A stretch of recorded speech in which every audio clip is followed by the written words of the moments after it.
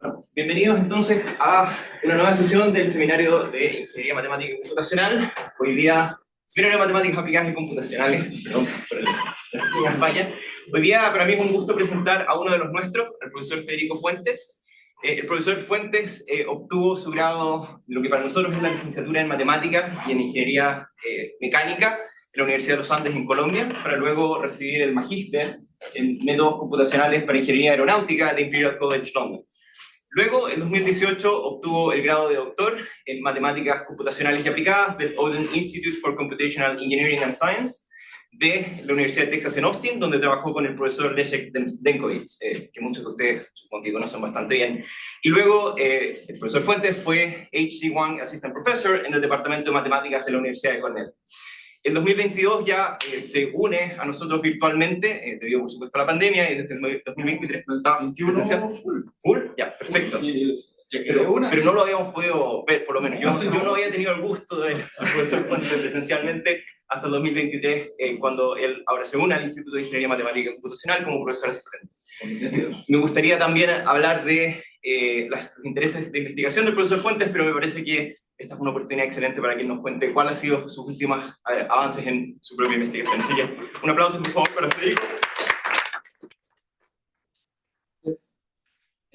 Bueno, hoy les voy a hablar de minimización global de integrales funcionales polinomiales, ya dentro de lo que es polinomiales, que es una conexión como, bueno, es un tema de cálculo de variaciones. ¿Y cómo se conecta con? Una vez tratamos de encontrar un algoritmo y discretizamos, porque la idea es resolver esto, siempre la idea es resolver el problema, y para eso vamos a tener que usar un computador. Una vez se discretiza, ¿cómo se va a volver todo lo que es la teoría de geometría algebraica real relevante para poder demostrar que los métodos numéricos que voy a proponer funcionan? Y funcionan, me refiero a matemáticamente, se puede mostrar que convergen a la solución del problema. Entonces, ¿qué me refiero con, bueno, la minimización? Está súper brillante, creo, pero bueno, así nos tocó. ¿Cuál es el problema, digamos, insignia que vamos a estar resolviendo? La minimización de la integral de una función, se va a llamar una función de energía, sobre un espacio de energía. Un espacio de energía usualmente es un espacio sobre F. Por ahora solamente lo voy a llamar U, un espacio vectorial. Todavía no le voy a poner restricciones, pues si tengo tiempo después hablo de cómo hago constraint optimization, pero por ahora solo voy a estar minimizando sobre el espacio. Y pues trato de minimizar esta integral que corresponde a una energía que está integrada sobre todo el dominio, omega.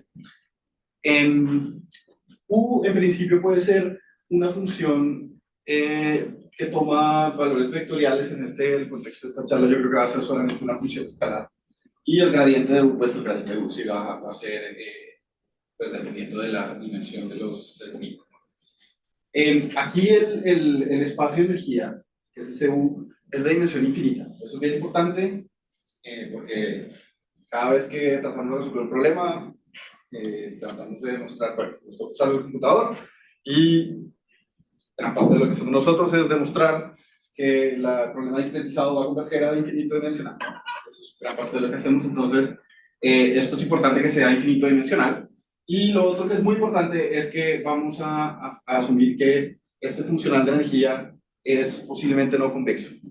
Es decir, estamos interesados en problemas difíciles.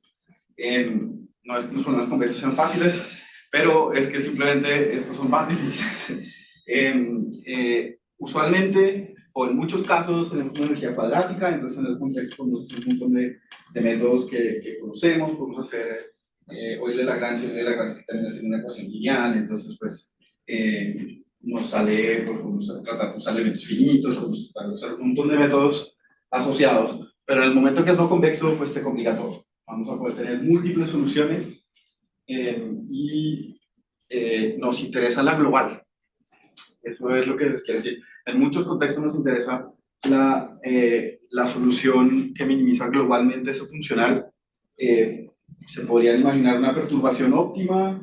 Hay una estructura que yo la puedo perturbar de una manera, puede ser que el esfuerzo de ruptura sea 1 en un caso, o el caso extremo sea 1, pero con una perturbación óptima puede ser aún peor la energía, o aún menor la energía acá en este caso, y ese sería el caso extremo para el cual uno quiere diseñar una estructura, ¿sí? El caso más extremo posible.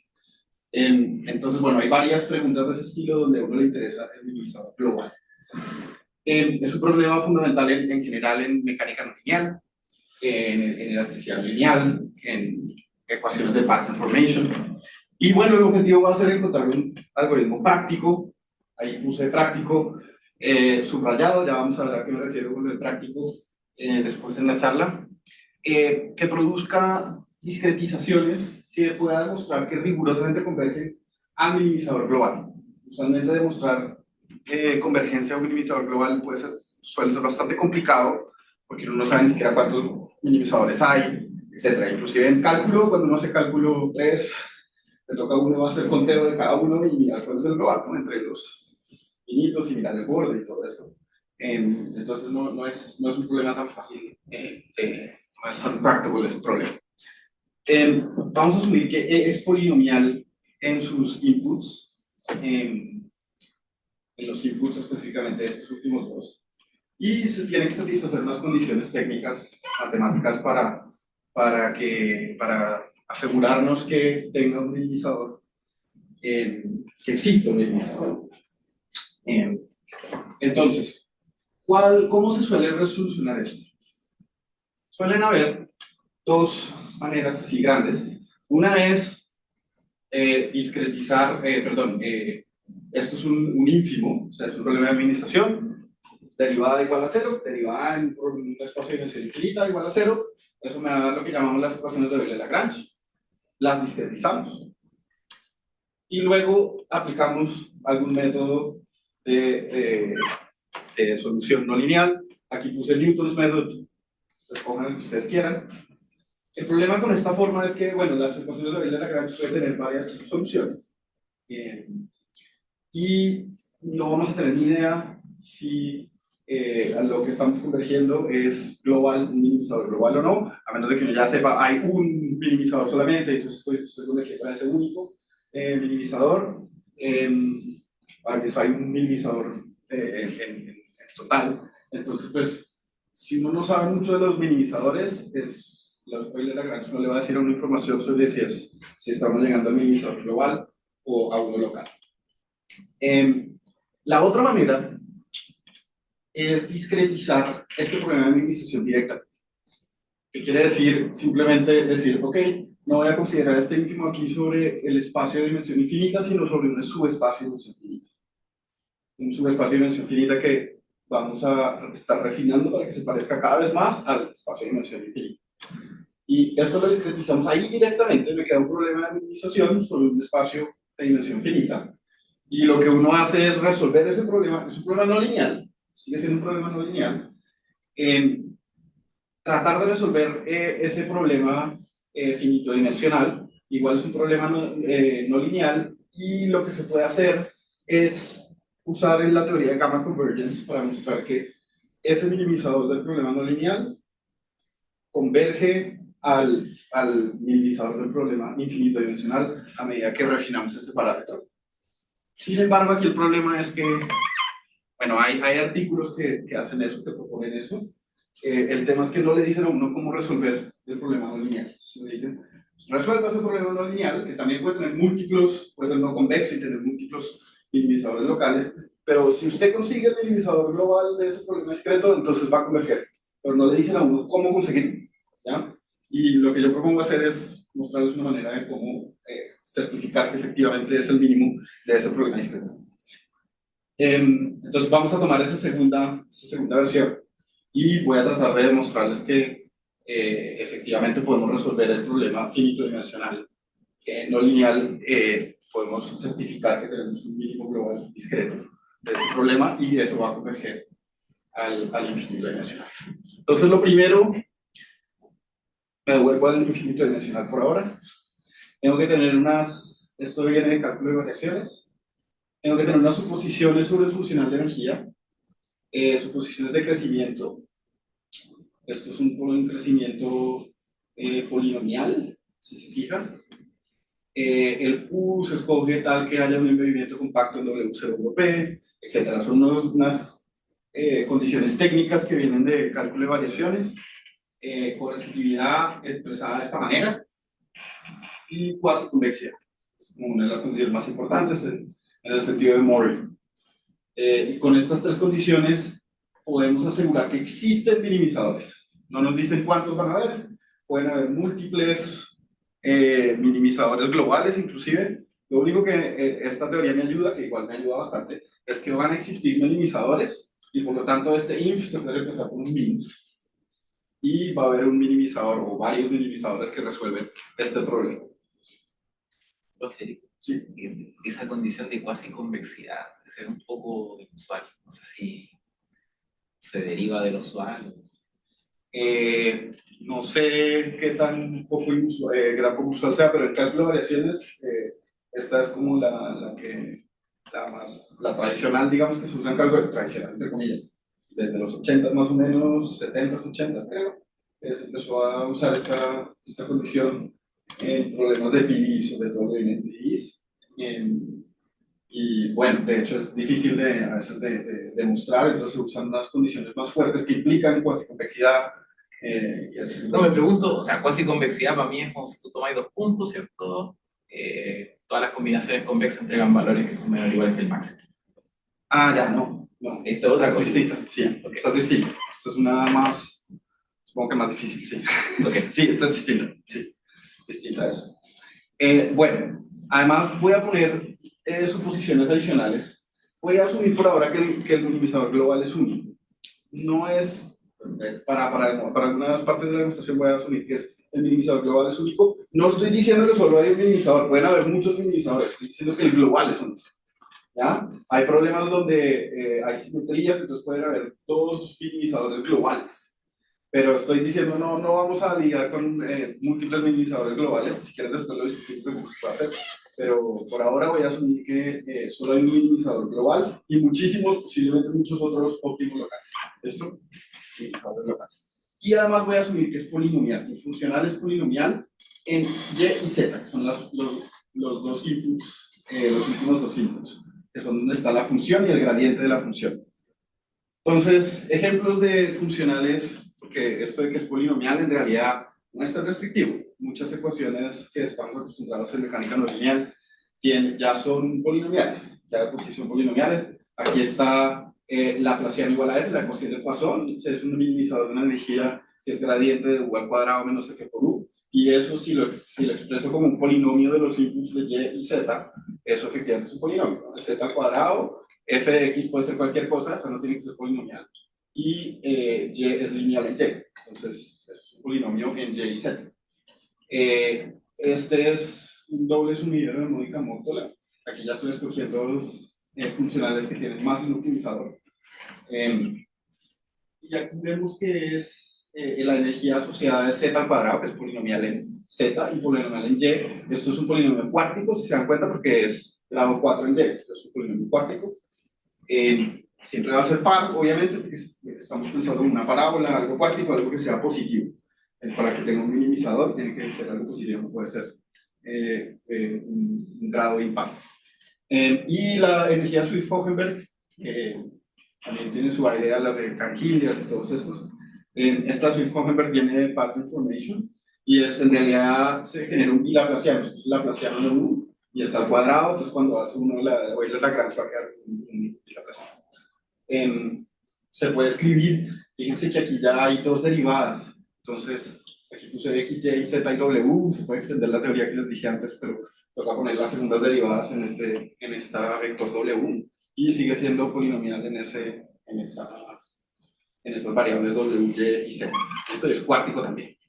Es cuártico, viene el cuártico, aquí viene el cuártico. ¿Listo? Entonces, son todos ejemplos de energías cuánticas. Entonces, ahora, lo que les decía, voy a discretizar. Este ínfimo, pues obviamente es menor o igual al mínimo sobre un espacio pues, más chiquito, que es el subespacio U sub H. Y voy a proponerles ahora que piensen en U sub H, que es el espacio discreto, que pertenece a un espacio de dimensión finita.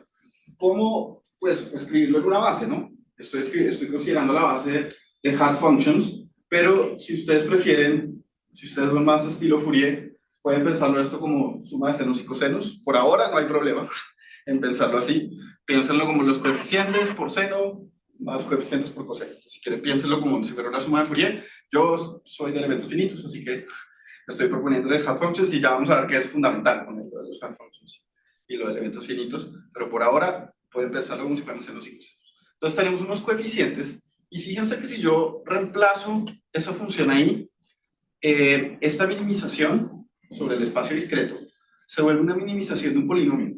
Un polinomio en las variables, en las coeficientes de la base. Los coeficientes de la base van a aparecer polinomialmente si la función original era un polinomio. Entonces, todo mi problema se redujo a minimizar polinomio. Polinomio multivariado, que es difícil minimizar un polinomio multivariado, pero al final de cuentas es un polinomio. Entonces, la idea es cogerse de todo lo que es teoría de optimización polinomial para poder resolver este problema. Bueno, sí, van a quedar unas integrales, pero las integrales se van a ir, se pueden integrar exactamente. Entonces no hay problema. Va a ser un problema de minimización de polinomios. Y entonces, aquí entramos en el tema de optimización polinomial y de cómo se relaciona esto con geometría algebraica. Estamos hablando de geometría algebraica, es el estudio de polinomios. Y geometría algebraica real es el estudio de polinomios sobre los reales, porque usualmente la geometría algebraica hoy en día es todo sobre los complejos. La real es con el campo de los reales porque uno habla de positividad, en verdad, no tiene sentido hablar de positividad cuando están los complejos. Entonces, los polinomios positivos van a ser súper importantes para resolver este problema de optimización polinomial. POP, le digo a estos problemas, es Polynomial Optimization Problem. Entonces, va a ser clave para poder resolver este POP, porque esto es independiente de que sea un polinomio. No importa si fuera un polinomio. La minimización de cualquier función es igual al máximo de todos los lambdas, tal que f menos lambda sea mayor o igual a 0. Simplemente cojo la función menos una cota inferior, y si eso es mayor o igual a 0, entonces puedo seguir subiendo esa cota inferior hasta llegar al mínimo. Y este truco es clave. Y ya nos indica una cosa muy importante sobre la positividad, sobre poder decir que una función es positiva o no rápidamente. Si yo tengo una manera de decir que una función es positiva muy rápido, pues yo puedo hacer esta maximización, ¿cierto? Eficientemente. Porque puedo llegar y decir, trato este lambda, declaro si es positivo o no, ya, vuelvo, trato una lambda más grande, y si puedo hacer esto muy rápido, pues puedo resolver este problema. Desafortunadamente es un problema computacionalmente que es indefinible, creo, cuando una función es general. Entonces, eso va a ser dificilísimo. Pero cuando f es un polinomio, pues un polinomio menos una constante sigue siendo un polinomio. Y ya declarar que un polinomio es positivo sigue siendo difícil. Es un problema, creo que computacionalmente NP-hard. Pero no quiere decir que nos tenemos que rendir todavía, porque ahí es donde empezamos a mirar la relación entre los polinomios positivos y los que son sumos, lo que llaman polinomios de sumos de cuadrados, que eso sí van a ser track. Entonces, bueno, caracterizar cuáles polinomios son positivos es clave. Es clave poder caracterizar cuándo un polinomio es positivo. Y bueno, ahí entra el campo de la geometría algebraica real. Así nació el campo de la geometría algebraica real. Hilbert fue el que lo propuso, precisamente pensando en este problema. ¿Cómo caracterizar los polinomios positivos? Bueno, entonces, la pregunta es, ¿cuál es la relación entre los polinomios positivos y los polinomios que son sums of squares? ¿Qué es un polinomio sums of squares? Bueno, aquí ven un polinomio en x y y, es un sums of squares y lo puedo escribir como monomio al cuadrado más monomio al cuadrado más monomio al cuadrado. Eso es lo que es un sums of squares. Entonces, ¿será que todos los polinomios positivos son sums of squares? Esa es la pregunta. Y Hilbert demostró que es un sums of squares, los polinomios positivos son sums of squares, sí, solo si el polinomio es univariado, no en nuestro caso. El polinomio es cuadrático, nosotros vamos a hacer polinomios de grado mayor. o es de dos variables y igual. Esos son los únicos tres casos. De resto, los polinomios positivos no son los sum squares. Pero Hilbert empezó a preguntar, bueno, pero ¿qué pasa si con los polinomios, las funciones racionales, y es una suma de cuadrados de funciones racionales? Y ese fue el problema, el 17º problema de Hilbert, que lo resolvió Artan en 1927, y ahí nació la geometría algebraica. El ejemplo así, para decirles por curiosidad, el ejemplo más importante es el polinomio de Motzkin. Este es un polinomio que es positivo y no es sum squares. ¿Ya? Fíjense que es de grado 6, ¿no? Es bivariado, pero es de grado 6. Entonces, bueno, poder representar igual los polinomios positivos es súper importante. Esos teoremas de representación se llaman Positiv-Stellensatz. No sé si lo pronuncié bien, perdón. En todo caso, bueno, el más básico es que un polinomio es positivo si solo si existe un polinomio, una suma de cuadrados, tal que si yo lo premultiplico, o sea, si multiplico los dos polinomios, la multiplicación de los polinomios es sum squares. Esa es una manera de caracterizar polinomios positivos. Desafortunadamente necesitamos un teorema más difícil, un poco más hardcore que ese. Nos gustaría saber cuándo f directamente es positivo, ¿cierto? Porque nuestro problema de minimización era con f menos lambda, ¿no? Entonces nos gustaría saber cuándo f es positivo, no cuándo se multiplica con una función es positivo. Y aquí hay uno que es de particular interés, es el que más se usa en la optimización polinomial hoy en día, que nace todo de un teorema super teórico de Putinar en 1993, que caracterizó f como lo que llaman weighted sum of squares, siempre y cuando estemos en un conjunto compacto, un conjunto semialgebraico compacto. Entonces tenemos que tener un dominio, ya no es Rn, ya no es positivo sobre Rn, sino positivo sobre un compacto. Entonces, si es positivo sobre un compacto, entonces podemos caracterizar f como weighted sum of squares. ¿Y qué es lo que dice? Por ejemplo, este era el problema que nos interesaba, mostrar que esto es positivo. Entonces, f de zeta menos lambda es positivo en el cuadrilátero, hipercuadrilátero. Sí, solo si existen polinomios de suma de cuadrados, sigma 0 y sigma j, tal que f de zeta menos f de xi, perdón, menos lambda es igual a esta expresión que es un teorema de representación. Entonces, si existen polinomios que son sumas de cuadrados, tal que esto es cierto, el polinomio es positivo. Podemos caracterizarlo de esta manera. Desafortunadamente no sabemos el grado de sigma 0 y sigma j. Pero esto ya nos da una idea del algoritmo. Porque lo que hacemos es empezar. Yo no sé si esto es positivo o no. Tampoco sé cuáles son, pero yo sé que si es positivo es igual a esto. Y lo que yo voy a hacer es voy a buscar sobre sigma 0 y sigma j de un grado fijo, por ejemplo de grado 2. ¿Ya? Y voy a ver si esto es igual, si este polinomio es igual a esto con sigma j y sigma 0 de grado 2. ¿No me funcionó? Bueno, subo a grado 3, a grado 4. Así, bueno, tienen que ser grados pares. Grado 4, grado 6, grado 8. Y en un momento pues va a parar. Y uno dice, bueno, pero pues puede parar infinito. Ya les voy a mostrar que en realidad suele parar en un valor finito. Para en un valor finito y usualmente para relativamente rápido en un valor finito. En la práctica es un omega bastante moderado. Entonces eso nos acota los costos bastante.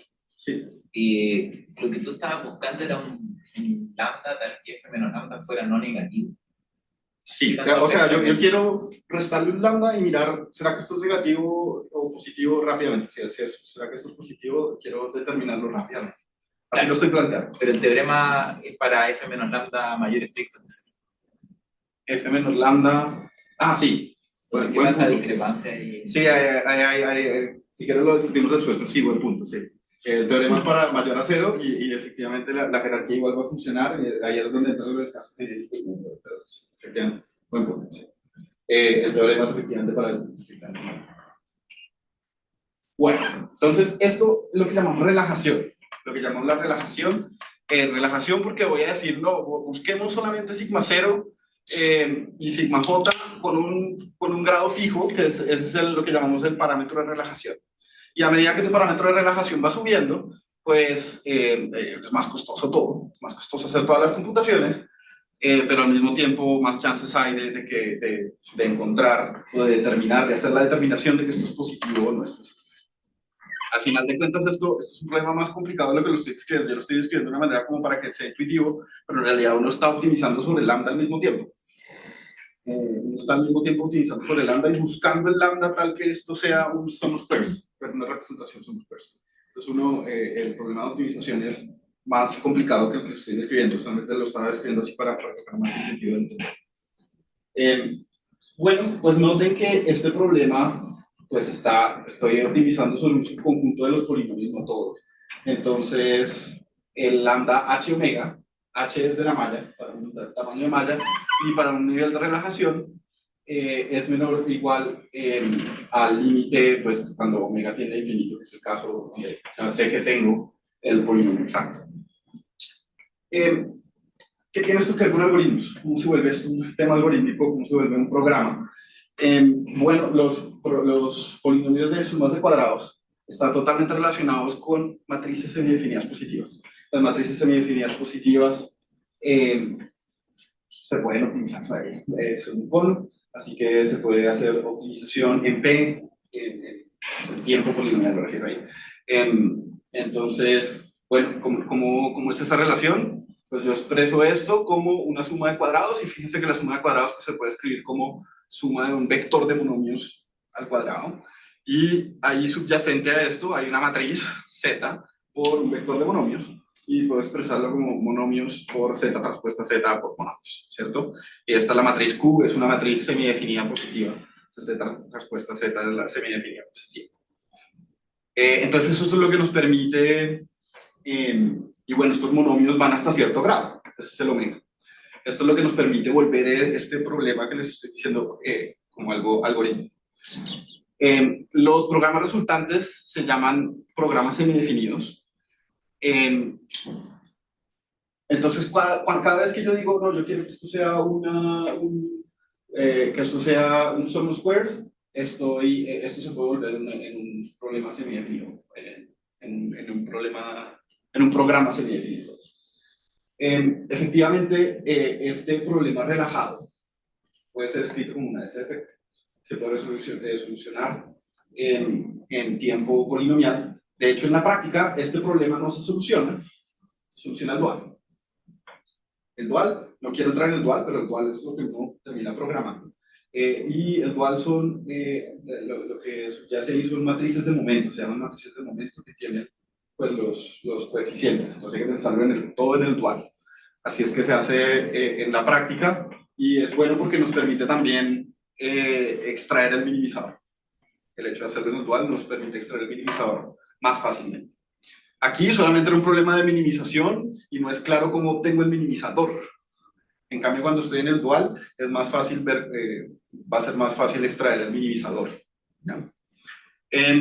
Bueno, el número de variables en esta SDP es una cosa combinatorial, bastante alto.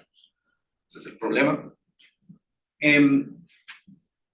Pero bueno, entonces el problema original, que era un problema de minimización de polinomios, que era no convexo, puede ser resuelto con una serie de relajaciones convexas. Esto sí es un problema convexo. Y cada uno de esos se puede resolver con un programa semidefinido positivo. Esto se está minimizando solamente sobre los grados de libertad acotados, ¿no? Porque teníamos que tener un punto compacto. Entonces lo que hacemos para asegurarnos de la compacidad, porque recuerden que nuestro problema original, yo lo planteé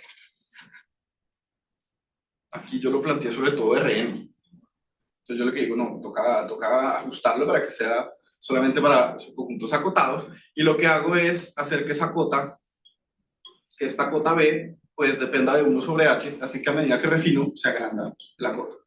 Y así puedo también explorar todo U sub H, que se va a tender a U a medida que la malla va tendiendo a 0. Entonces, bueno, ajusto el problema hat functions, pero hat functions con los grados de libertad acotados. este se vuelve un problema de minimización, de problema de optimización polinomial sobre un compacto. Y bueno, ese compacto entonces se puede escribir como esta solución de ese problema de optimización sobre un compacto, se puede escribir como una serie, se llama a veces una jerarquía de moments sum squares. Entonces estos moments sum squares relaxations de orden omega se pueden resolver en un programa. El primero que lo hizo, un programa semidefinido. El primero que lo hizo fue Lasserre en el 2001. De ahí viene toda mucha esta teoría, pero Parrillo también trabaja al mismo tiempo en muchas cosas muy parecidas, relacionadas. Fue como al mismo tiempo, de hecho. Fue al mismo tiempo, sí. Parrillo lo está haciendo más desde el punto de vista de control, Claro. que son otras cosas de que yo hago también en control, pero desde el punto de vista como de optimización fue más Lasserre. Son las jerarquías estas de momentos, son los juegos, son más de Lasserre. Pero sí, fue al mismo tiempo. En el caso genérico, la convergencia usualmente se obtiene en un omega finito. No voy a tener que ir hasta omega infinito. Ahora, no sé qué tan grande va a ser omega, pero es un omega finito. Y en la práctica ese omega es bastante moderado, eso es lo bueno. No es una garantía, siempre va a haber unos casos así extremos que no se puede, pero en general es finito y es moderado. Y hay manera de chequear si ya convergió en omega. Hay una manera algorítmica de revisar si ya convergió en omega, que se llaman las flatness condition. Aquí aprovecho para hacer una propaganda porque nosotros generalizamos eso al caso más general hace poco, hace nada, o sea, lo acabamos de este año básicamente, que estas son unas condiciones más generales del mismo tipo de flatness condition. Y bueno, como resolvemos el dual de hecho hay una manera de interpretarlo como medidas atómicas y demás. También es posible recuperar el minimizador. Y entonces no sé, yo puedo revisar, ya convergí en omega y listo. Si ya convergí en omega, este es el optimizador. Y de hecho, esa es la parte que les decía, los múltiples mínimos globales, puedo extraer múltiples mínimos globales de una vez. Puedo hacer todo de una vez con esa, una vez ya revisé la convergencia. Bueno, convergencia en H. Entonces todo esto era convergencia a medida que yo incrementaba el grado del polinomio, paro en un grado finito, pero todo esto era en el contexto de un problema de minimización discreto sobre un espacio de dimensión finita. Ahora, ¿qué pasa si yo pues voy a tratar de refinar la malla, ¿no? La idea es refinar la malla para que se acerque lo máximo posible al minimizador infinito dimensional. ¿Cómo hacemos para mostrar que eso converge? Usando la teoría de gamma convergencia. La teoría de gamma convergencia nos permite hacer eso. Yo no la había usado antes, desde este trabajo no la había usado. Pero la teoría de gamma convergencia es más general. No se usa mucho para mostrar como que un algoritmo, se usa más que todo en elasticidad cuando uno dice, tiene una thickness de un cascarón, y entonces converge a cierto modelo, Kirchhoff-Log o alguna cosa así, es lo que hacen usualmente en la teoría de cálculo de variaciones, les gustan esos problemas. No se usa mucho con métodos numéricos, pero igual hay alguna literatura reciente al respecto. Y nosotros pues lo usamos para mostrar que el método numérico converge efectivamente. ¿A qué me refiero? Que el minimizador global discreto va a converger al minimizador global infinito dimensional. A eso me refiero. Se necesitan tres condiciones: equicoercividad, existencia de lo que llamamos una recovery sequence y weak sequential weak lower semicontinuous. Estas son las tres condiciones que usualmente pedimos para que funcione esta teoría de gamma convergencia. Esta primera la tenemos de las suposiciones que hicimos sobre E, la vamos a tener. Esa convergencia uniforme la vamos a tener. Aquí debo hacer la anotación que los argumentos que ya existían en la literatura era siempre sobre un espacio Sobolev entero y no sobre un espacio Sobolev con grados de libertad acotados, que es el que estamos haciendo nosotros, que tenemos que acotar los grados de libertad. Entonces tocó modificar un poquito los argumentos que otra gente ya había hecho, digamos, lo más parecido a lo que estábamos haciendo, tocó modificarlo igual para poder enlazar los dos argumentos y que funcionara con los grados de libertad acotados. La existencia de un recovery sequence se puede mostrar asumiendo que Aquí hay unas propiedades técnicas de aproximación de nuestra aproximación de elementos finitos. Ya son propiedades de aproximación. O sea, entonces tengo que tener cuidado con las propiedades de aproximación, que el grado sea suficientemente alto, etc. Para tener la regularidad, la regularidad que necesito. Pero digamos es todo lograble. Se puede hacer, no quiero entrar en el detalle porque se vuelve muy técnico. Se puede hacer, y el sequential weak lower semi-continuity tampoco es tan difícil teniendo en cuenta las suposiciones que habíamos hecho originalmente de funcionar.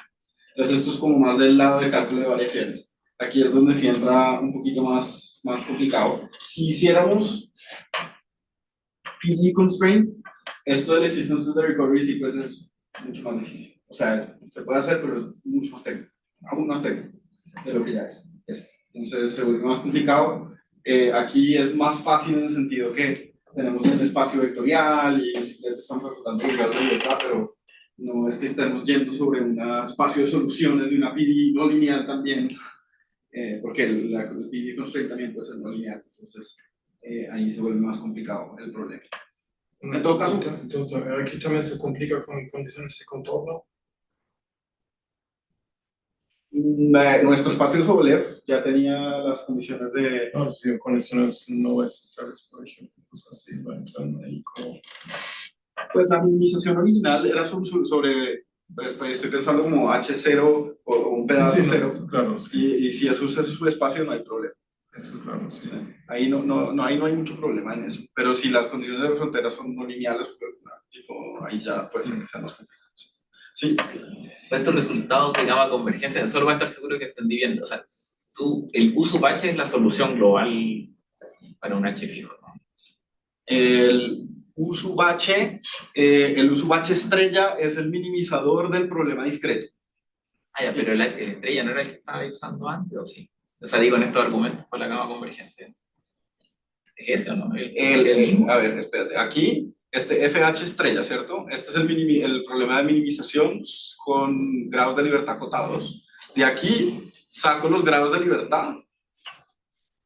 Esos grados de libertad me dan un sub-H estrella. Ese es el que minimiza el problema de discretos. Y dependiendo del y eso, entonces en cada malla, hago el sequence of relaxation, encuentro mi solución global de ese problema discreto. Luego vuelvo a refinar la malla, miro eso, y esa sucesión de minimizadores es la que converge al infinito. Ok. ¿Sí? Bueno, entonces, con todas estas suposiciones del funcional de energía que teníamos inicialmente y las técnicas de elementos finitos, tenemos esta convergencia que es una doble convergencia. A medida que refino la malla, primero voy a coger un parámetro de relajación, cojo el límite de omega tendiendo a infinito. Este límite es un poco asustador y en realidad es menos asustador de lo que parece, en el sentido que, como les dije, converge a un omega finito, entonces no es tan grave. Y bueno, una vez converjo en omega, pues me está diciendo que a medida que refino la malla, esto efectivamente va a tender al minimizador global y voy a poder obtener los minimizadores también que van a converger en esta norma LP. Van a estar convergiendo en LP esos minimizadores al minimizador. De hecho, tenemos una condición un poco más general que esta, pero esta es la más sencilla de escribir. Bueno, desafortunadamente todo esto no sirve de nada. No sirve de nada porque cuando uno va a escribir este programa en el computador, resulta ser que los grados, o sea, el costo de resolver este programa es una cosa, eso que más que los átomos en el universo, y yo qué saber, empieza a crecer eso muy rápido. No sé, yo siempre estaba pensando en términos de grados de libertad aquí. Si yo tengo cita más o menos 10 grados en un polinomio de grado con 10 variables, ya ahí empieza el costo a ser bien alto. Se puede hacer con 10, 12, tal vez 20, pero mucho más que eso no se puede. Y pues nosotros, pues para tener la resolución y la respuesta que queremos, necesitamos mucho más de 10. Queremos 100.000. Sin embargo, tiene solución y es esto del Sparse Polynomial Optimization, que es más reciente. Lacer también, en el 2006 de hecho, lo hizo con el caso Sparse. Y aquí, pues, se dieron cuenta como que no, esto no funciona, o sea, toca encontrar alguna manera de poder usar estos métodos en unos casos especiales. Y estos son los casos de lo que llaman correlative sparsity. Entonces, ¿qué es lo que pasa? Les voy a explicar con nuestro optimizador. Y ya no podemos poner senos y cosenos. Ya ahí sí ya no funciona. Sino que vamos a pensar en elementos finitos. Esta integral en elementos finitos es una suma de integrales sobre los elementos. Y entonces, pues cada una de estas integrales pues, es una integral que depende de unos pocos grados de libertad. Solamente unos poquitos grados de libertad. Entonces, esto es una suma de polinomios y cada uno de estos polinomios depende de muy poquitas variables.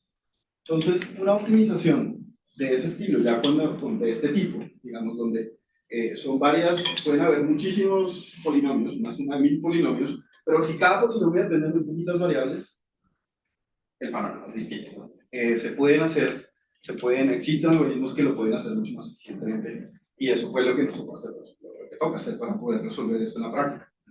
Entonces, estos grados de libertad asociados a un elemento que llamamos cliques, eso ya es teoría de grafos, este término viene de teoría de grafos, cliques, como grupitos de variables. Y bueno, les voy a dar un ejemplo del Modica Mortula Double Well, del doble sumidero. Si discretizamos eso, nos van a dar una suma de polinomios y los polinomios solo dependen de 3 variables. Esto es en una dimensión. Los polinomios solo van a depender de 3 variables, entonces nos damos cuenta que podemos tener 1000 polinomios, pero cada polinomio solo depende de máximo 3 variables. Entonces el objetivo es, entonces bueno, ahora el objetivo es distinto, ¿no? Podemos tratar de resolver este problema de optimización polinomial.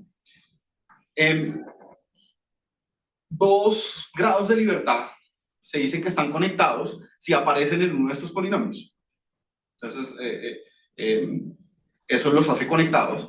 Y cada grado de libertad es un nodo. Entonces, eso nos permite hacer un grafo de conectividad. Un grafo de conectividad. Y esto ya le llamamos el grafo de sparsity graph. En uno de es trivial. Sigma 2 solo se conecta con sigma 1 y sigma 3. Con las half functions que les mostré. Esa sería la conectividad. Si usaran senos y cosenos, tendríamos un grafo de conectividad donde todo depende de todo. Todo está conectado con todo y eso no nos va a servir. Pero cuando hacemos elementos finitos, pues tenemos este grafo de conectividad que es mucho más conveniente. En 2 dimensiones, sin embargo, esa teoría de correlative sparsity solo funciona teóricamente. En la práctica no funciona sin una condición técnica, pero teóricamente necesitamos una condición, y es que el sparsity graph sea cordal. La cordalidad, digamos, un grafo cordal. Desafortunadamente en 2 dimensiones. Aquí hay una imagen de una malla, este sería el grafo de conectividad, lo que llamamos el grafo de conectividad puro, el que viene directamente del problema. Sería la malla de elementos finitos. Pero esta malla no es cordal. Este grafo no es cordal. Ahora, ¿qué es lo que pasa? Yo siempre puedo agregarle caminos, nuevas conectividades a un grafo y volverlo cordal. La idea es hacerlo agregándole la menor cantidad de cosas posibles, porque entre más cosas agregue, más grandes van a ser mis clics. Entonces, eso no nos conviene. Entonces, el hecho de que una malla no tenga un grafo cordal no es prohibitivo. Siempre le puedo agregar conectividades, pero entonces ahora tengo que agrupar las variables, no como los grados de libertad de un elemento, sino posiblemente los grados de libertad de un patch, o alguna cosa así. ¿Sí? Y entonces, pues, los problemas ya no son tan acotados, son un poco más grandes y son más caros de resolver, pero se pueden resolver. De todas maneras, en la práctica no nos toca hacerlo, basta con los del elemento. En la práctica igual nos funciona, tenemos una intuición de por qué funciona igual, pero en la teoría sí necesitamos esa condición. Sí, ¿Es posible generar una malla para que sea cordal? no, en 2D no creo. Vas a tener que poner algo así. Como que En uno de ellos sí es trivialmente cordal. ¿Se me puede refinar para que sea cordal? No creo, no creo. Pero lo que sí hay una, generar se llama la extensión cordal, creo. Eso tiene que ver con si le sacas una factorización de Cholesky al sparsity graph y así es que se generan estas extensiones. Pero es de teoría de grafos, esto todo es de teoría de grafos. Pero no es un refinamiento, no es muy material. Bueno, entonces, esto hace que el tamaño de los problemas de optimización baje de O a el número de variables, creo que es. Este es el costo, perdón. El costo baja de n a la 2 omega. Omega puede ser como fuera 4, pero si esto es 1000, 1000 a la 4. Baja a O a la capa, donde capa es el tamaño del clic más grande. Y en uno de los clics son de tamaño 3, 2 o 3. ¿Qué todo es omega? Omega era el grado de relajación. Y entonces esto bajó a capa. Tengo que resolver más problemas, porque hay muchísimos problemas de tamaño capa. Pero este capa aquí es clave. Es clave, reduce radicalmente las computaciones y es lo que nos permite solucionarlo. En uno de capas igual a 2, en 2 de capas igual a 3, si no forzamos que sea cordal, si forzamos que sea cordal, nos toca graduar. Bueno, esto es un resumen de las técnicas que usamos para demostrar esto. Estábamos con este problema, discretizamos con elementos finitos, con diferencias finitas, obtuvimos un problema de minimización donde tenemos una suma de polinomios, donde cada polinomio depende de unas pocas variables. Eso lo volvemos un semi-definite program, que a medida que omega tiende, bueno, eso lo relajamos para que sea un semi-definite program con un parámetro omega. A medida que omega tiende a infinito, esto va a converger, y a medida que h tiende a 0, esto va a converger por la teoría de la convergencia. Entonces había habido otros trabajos que habían hecho partecitas de estas, pero nunca habían hecho como todo completo. Entonces fuimos los primeros en hacer eso. Y bueno, aquí solucioné ejemplos. Este es el Bodica-Mórtola en 2 dimensiones, una vez salteado 2 dimensiones. En 2 dimensiones, entonces para cada malla, lo que hicimos fue refinar el omega, por el parámetro de relajación, incrementar omega hasta converger. Eso ya nos garantizaba que teníamos el mínimo global, que podemos revisar, que tenemos el mínimo global discreto. Y luego refinamos H y repetimos lo mismo. Resultó ser que con omega igual a 2 era suficiente para todos los ejemplos que probamos.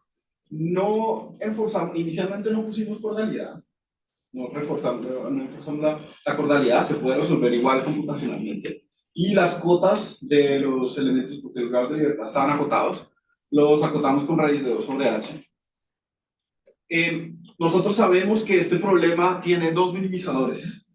U pareciéndose a menos 1, perdón, y U pareciéndose a 2. Uno de esos es el global. Resultó ser el que era menos 1, el que es el minimizador global. Y bueno, aquí está para distintos dominios. Podemos tener dominios arbitrarios, otra cosa que muchos métodos numéricos no tienen cuando tenemos elementos finitos por cualquier dominio. Entonces, para varios dominios, aquí teníamos un tamaño de malla. Esto fue la solución discreta a la que convergió. Para otra malla más refinada, esta es la asunción, y pues vemos que efectivamente ya esas son los minimizadores globales. Estos tienen muy poquitos minimizadores, pero son varios, son más de uno, eso es lo claro. Y hay uno que es global, y este efectivamente es el global. Hay teoría que le dice a uno qué tan grande es esta capa libre y demás. Pero bueno, aquí el tema era mostrarles como en la práctica que efectivamente convergía algo. Entonces, running intersection, esto es lo del grafo cordal, que en teoría de conjuntos le llaman running intersection property, pero resulta ser equivalente. Entonces, aquí, si no le ponemos la cordalidad, fíjense que podemos solucionar los problemas. Los tamaños de los clics son 128 clics y el tamaño del clic es 3 porque es una triangulación. Tenemos 3 grados de libertad por clic, por elemento. Y eso se soluciona con un tiro, rapidísimo. Ahora dijimos, no, pero ¿qué pasa si reforzamos la teoría para decir que hice un ejemplo con la teoría 100% ajustado a la teoría? Bueno, entonces en este caso nos toca agregar unas conectividades. y el tamaño de los clics sube, además sube a medida que voy refinando la malla, tengo que hacer, los clics son más grandes, tengo que agregarle más cosas de conectividad, y ya, o sea, ahí no pude más, después de esto ya no podía más, solo pude hacer una malla bastante coarse. Sin embargo, como ustedes vieron, estos resultados son sin necesidad de esto, y no parece ser necesario en la práctica. Entonces, agregar esa condición técnica no parece ser necesario. Pero pues se puede hacer simplemente. Pues, voy a saltarme este ejemplo, que esta era una dimensión donde sí tenemos caudalidad y tenemos todo bonito, entonces vamos a la teoría. Quería mostrarles este más difícil, porque es más impresionante este ejemplo, porque suele ser uno de estos problemas que tratan de resolver y es complicado. Entonces queremos encontrar el minimizador de esta energía Swift-Hohenberg. Estos son Pattern Formation Equations que básicamente están diseñados para que tengan un montón de minimizadores locales. No sé si han visto esas reacciones químicas donde empiezan a tomar unas formas, bueno, y hay distintas formas estables. Esto es este tipo de problema, de ecuación, que le da un montón de minimizadores locales, pero estos no son todos, estos son solamente algunos. Empezamos con un initial condition random y dejamos que se estabilizara, y según se estabilizan distintas energías. Aquí, de nuestros experimentos, estos son de experimentos numéricos sin haber hecho la solución con nuestro método, encontramos que había un candidato minimizador, pero todos estos eran candidatos, y el mejor candidato, porque tiene la energía más chiquita, es ese, pero podría haber otro más chiquito. No sabemos cuál es, de hecho, uno no sabe cuál es a priori. Entonces esto es un problema difícil, está lleno de minimizadores locales. Lleno. ¿Qué hicimos? Bueno, no podíamos poner caudalidad porque ya era demasiado caro. Además es un problema con dos derivadas. Fíjense que aquí el espacio de minimización es un espacio sobre H02. Entonces aquí estábamos usando estos elementos HET elements, HET elements para tener la continuidad forzada. Entonces, bueno, ya es más caro, es mucho más caro, hay más grados de libertad asociados por elemento. No podíamos poner caudalidad. Las computaciones para un omega grande tampoco eran demasiado caras, también. Son demasiado caras, pero con omega igual a 2 igual podíamos tener una solución. Entonces aquí están las soluciones con omega igual a 2 y con un grado de libertad acotado por 3 sobre h. Y fíjense que a medida que iba refinando mi malla, parece estar tendiendo a esta que está acá. Pinta bien. Ahora puede converger a otra que tenga energía aún menor. Y lo que hicimos, porque esto en la práctica, estos métodos en la práctica son métodos no lineales, complicados, caros, pero lo bueno es que le pueden garantizar a uno la minimización. Y en la práctica, como nosotros visualizamos que se puede usar estos métodos, coger un coarse mesh y usarla como un warm initial guess a un Newton solver. Porque uno en los Newton solvers uno le da cualquier cosa, pero si uno ya sabe más o menos dónde está el global, que estos métodos precisamente le pueden decir a uno más o menos dónde va el global, uno lo puede usar como una condición inicial del Newton-Raphson. Y eso fue lo que hicimos, le dimos esta condición inicial a un solver de Newton, y vimos a ver a qué convergía. Esto es vanilla Newton muy corriente. Vimos a ver qué pasaba, porque así lo pensamos usar en la práctica. Bueno, aquí en este H, fíjense que empezó como a oscilar ahí, raro. ¿Por qué pasó eso? Pues porque estábamos en omega igual a 2. Aquí necesitábamos poder computar con omega igual a 3, pero estaba demasiado caro. Si hubiéramos hecho omega igual a 3, omega igual a 4, esto hubiera estado mucho más cerca ya.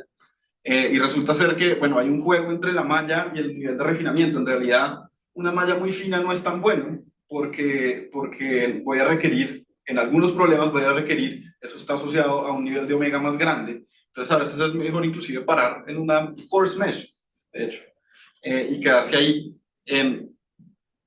Fíjense que si yo le doy esto como condición inicial, encontré un nuevo minimizador. Estos minimizadores que no lo tenía en mis candidatos de antes, no los tenía en mi candidato de antes. Encontré unos minimizadores nuevos que no parecen ser del global, entonces no parece estar funcionando muy bien. Pero si uno ya sabe más o menos la norma infinito de la solución, cosa que se puede hacer a veces a mano con el problema, yo en vez de poner el grado de libertad con 3 sobre h, que yo hacía que el grado de libertad estuviera acotado. Pero si yo ya sé la cota del grado de libertad, que es más o menos lo que sucede en este caso, te dije, no, los grados de libertad están acotados por 4, yo ya sé eso, y me fijo ese 4, resulta ser que el omega igual a 2, en ese contexto, para ese omega, es suficiente. Y entonces ahí ven que con ese DOF menor o igual a 4, y no parametrizado con 3 sobre H, sí obtenemos una muy buena condición inicial que converge de una a lo que efectivamente parece ser el minimizador global del funcional. ¿Sí? El de OFP. El de OF es B, sí, ese es el B mayúsculo, exacto. Y eso pasa mucho, ¿no? Que uno a veces sabe, de hecho, analizando el problema, uno puede sacar la norma el infinito de algunos minimizadores. Entonces, lección, si uno conoce la cota, use la cota, ponga la cota ahí, no se ponga a hacer el 3 sobre H, sino ponga la cota ahí que uno ya conoce. Rigurosamente todo está siendo riguroso, si es que uno pone la cota rigurosa, pues no hay problema. De lo contrario, pues prepárese porque va a tener que hacer computaciones con omega más grande, y eso puede ser muy costoso. Y bueno, finalmente, extensiones de este trabajo. ¿Qué pasa si le metemos una PD no lineal como restricción? Era lo que les decía antes, la teoría se vuelve mucho más complicada. Estamos escribiendo, ya estamos casi a punto de publicarlo, pero de poner en archive, pero se puede hacer, hay toda una teoría de PD constraint optimization. El tema de los sparsity graph es más complicado porque aquí hay unas conectividades, esto se hace usando una formulación variacional, resolvemos esto sujeto a una formulación variacional con test functions y todo. Entonces aquí ponemos test functions para todo B en B, lo escribí de esta manera. Y aquí hay una conectividad mayor, entonces en general el sparsity graph ya no es el elemento, sino es un patch. Ahí sí que tiene que ser patch, entonces es mucho más costoso, pero se puede hacer. Y la teoría de gamma convergencia también se puede usar, pero es más complicado. Entonces, bueno, finalmente este parece ser el primer algoritmo que converge rigurosamente al mínimo global. Combina elementos finitos y de distribución polinomial. Vamos a necesitar un tema de compacidad, entonces tenemos que tener cuidado con los sistemas de compacidad. Y lo de la cordalidad puede llegar a ser necesario, pero en la práctica no parece ser necesario. Tenemos algunas intuiciones de por qué no parece ser necesario, pero no sabemos. Asumimos que que la solución, que el mínimo global era único. Eso es posible poder relajarlo, e inclusive tenemos ejemplos donde podemos extraer varios minimizadores globales. Pero bueno, entonces se puede relajar un poquito esa suposición. Y bueno, siempre y cuando la solución haya convergido en omega, se puede usar como un inicio, asegurándose uno que ya convirtió en omega, eso sí, yo recomiendo fuertemente asegurarse que uno ya convirtió en omega, cosa que se puede revisar computacionalmente, revisando el rank de una matriz, así se hace, revisando el rank de una matriz, de un par de matrices. Si uno ya revisa que convirtió en omega, pues es válido usarlo como un initial guess para un inclusor. Y bueno, eso nos puede ayudar mucho a encontrar global optimum más rápido, siempre y cuando se lleve un inclusor. Bueno, hay varias aplicaciones de optimalidad que hice alusión al comienzo. Y bueno, este trabajo ya fue publicado, aquí está el QR del trabajo, del archive por lo menos. Ya está publicado en sitio también. Bueno, eso es todo. Muchas gracias. Gracias, Federico. ¿Preguntas? En la slide, creo que era la 17, pero ¿dónde estaba tu teorema de convergencia? Para esa convergencia, ¿ustedes pueden probar cotas en la tasa? ¿O es solo la convergencia? Es la convergencia, y ahorita hace poco están saliendo unas cotas. El año pasado estuve con Monique Laurent y ellos están trabajando en algunas cotas de cómo depende omega de H para volver un solo límite. ¿Sí? La idea es como que se vuelva un solo límite y entonces tener una mejor idea. Entonces hay unas cotas en ese sentido, no hay nada formal. Pero tal vez se pueda hacer algo en un contexto así, un problema así súper sencillo, una cota que se puede hacer, pero en principio no se sabe. Igual serían cotas conservativas, ¿no? En la práctica, conservadoras. ¿No?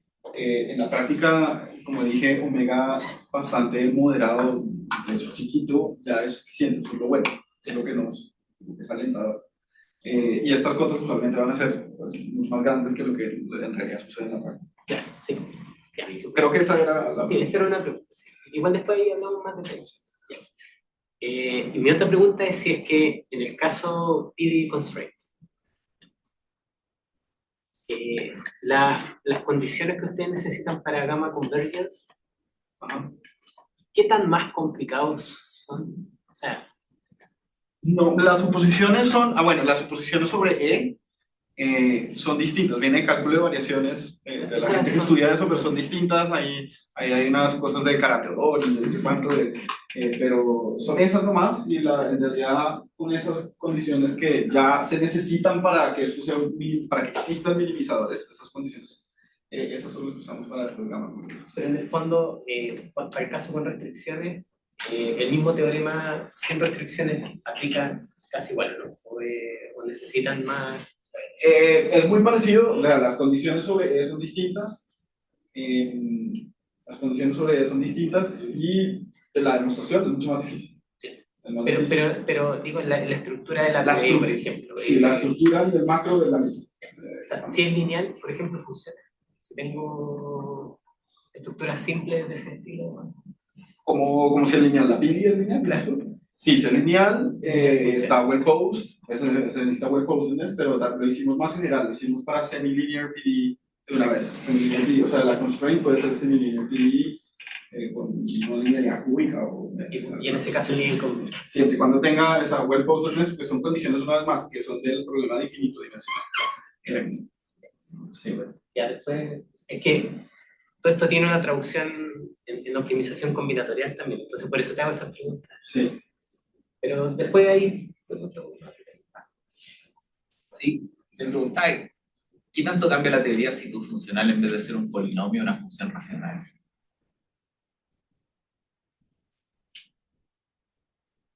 Estoy pensando porque algunos potenciales de energía tienen cocientes, ¿sí? No sé, puede ser que sea posible. En principio solo estamos minimizando un polinomio, pero si se vuelve un problema de minimización de funciones racionales, se puede, obviamente técnicamente se puede volver uno de polinomios también, pero es lo más complicado. Y la teoría Sum of Squares también tiene La contraparte racional. racional. Exacto, tiene sus contrapartes racionales, sí. No lo he pensado tanto cuando el funcional, o sea, poner condiciones para que funcione, para que sea un problema de minimización racional, de función racional. Y la otra pregunta relacionada es, o sea, no tan relacionada, pero me parece que, por ejemplo, para el tema del sparsity es como clave que el funcional de alguna manera tenga una estructura local, digamos, como que las interacciones son... déjame decir para dónde quiero ir. Estoy pensando, por ejemplo, hay funcionales físicos, ¿cierto?, que involucran pares de puntos, como hay funcionales de interacción, si tenéis como, por ejemplo, sistemas de partículas.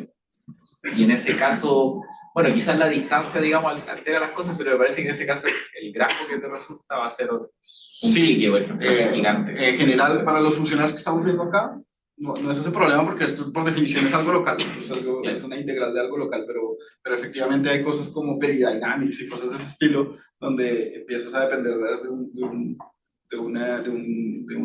digamos, no dependes localmente de lo que está pasando, sino dependes de un radio de interacción mucho más grande. Entonces ahí puede haber esos problemas, si estamos minimizando en ese contexto. Pero esto abarca casi todo lo que usualmente en física y estamos acostumbrados a ver.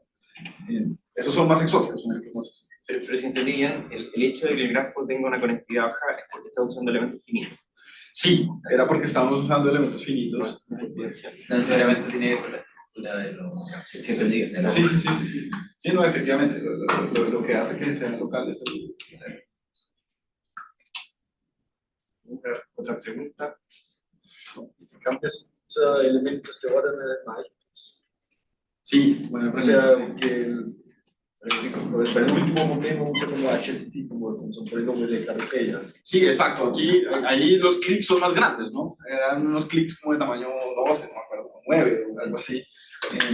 Entonces, sí, efectivamente el costo es mayor, es más pesado. Y uno se pregunta como, ¿será que es mejor hacer una mixed formulation, un PD constraint, donde el constraint es una línea PD para que el grado sea más bajo en vez de poner continuidad más alta con grados más altos? Porque, sí, ahí es un juego de cómo hacer que el tamaño sea más chiquito. Y a veces es imposible, y pues para estos HT usamos lo más chiquito posible, pero igual eran varias variables. Y eso incrementa. Pero otro problema del segundo era con el IP, ahí usa como solo head function, pero ahí se vería ahí como usando polinomios explicados dos. O sea, tener una ventaja o... Aquí, digamos. Si digo, para lo Por ejemplo, que veo con el- aquí, si usamos polinomios de grado 2, ahí, esto es todo con hat functions. Esto es todo con hat functions, y si usamos polinomios de grado 2, usualmente lo que sucede es que el tamaño del clic incrementa. Entonces el costo incrementa, pero la precisión de la solución mejora, ¿no? Lo de siempre. En este caso, según mi intuición, es que no es tan bueno, porque el hecho de que incremente el clic y genera un costo mucho mayor al nivel de precisión que estoy ganando con eso. Esa es mi intuición. Que a diferencia de lo que sucede a veces en elementos finitos, donde ese juego es más competitivo. Hago un P más grande, pero el nivel de precisión es mucho mejor, entonces como que vale la pena. Aquí creo yo que no vale la pena, pero puedo estar equivocado. Toca hacer las pruebas más. ¿Alguna pregunta? Manuel. La restricción que estás usando no es polinomial necesariamente. Al final es tu conclusión. Bueno, aquí. Sí, eso que escribe ahí, él se refiere a la forma variacional de una restricción. Sí, eso también tiene que ser polinomial. Sí. Tiene que ser polinomial. Sí, o sea, tiene que volverse un polinomio, sí, también. Si son polinomios semi-algebraicos, sí, también es un polinomio.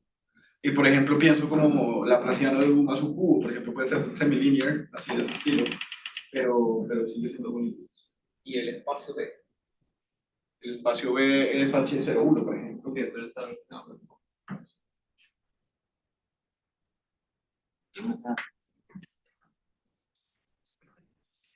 no. Cuando definen la cota del B, por ejemplo, con el inverso de H, esto tenía direcciones solo hacerla crecer o Hacerla crecer. con el orden polinomial. Hacerla crecer y hay muchas maneras de hacerlo, sí. Sí, porque pensaba una buena opción, como mencionaste, era saber la norma del infinito, pero a veces podría haber una solución con una singularidad en un punto, quizás en un carácter Exacto, ahí se complica la asunto. o los órdenes polinomiales de las hat functions. Ahí se complicaría el asunto y tocaría hacer el 1 sobre H. O sea, aquí la dirección de ser B igual a 1 sobre H, solo Era poner hacerlo algo que crecer, sea. era hacerlo crecer nomás. Yo tengo una pregunta que es más de la aplicación. Muchas veces pasan problemas polinomiales donde tú tienes múltiples posibles minimizadores globales, pero todos ellos están relacionados con una simetría del problema, está codificada por la física. Entonces me preguntaba si hay alguna forma de explotar esa simetría a priori en tu método de resolución.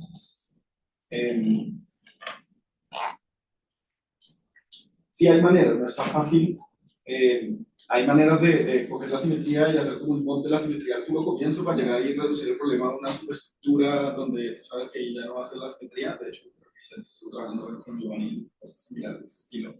En el contexto de esos problemas no lo hemos estudiado tanto, pero el tema de las simetrías, bueno, y el tema de encontrar funcionales de Atomov, también aparecen las simetrías a cada rato. Y ayuda un montón a reducir los costos. Un montón, si la encuentras, ayuda un montón. Sí, esas simetrías usualmente tienen que ver con algo combinatorial y con el dominio, ¿no? Si es un pentágono, si es un cuadrado, etc. Sí, y puede ayudar un montón. Igual es peligroso, pues, en los problemas no lineales es peligroso. Entonces uno dice, no, está la simetría acá, y resulta ser que el minimizador global no cumple esa simetría porque puede pasar problemas no lineales, eso puede pasar como el problema de Newton. Claro, pero en el funcional de energía que tenías, está el U-1, U-2. Si fuese, tengo la impresión que si fuese claro, U-1 y U-1, tendrías dos minimizadores globales como que es como Sí, sí, ahí habrían múltiples,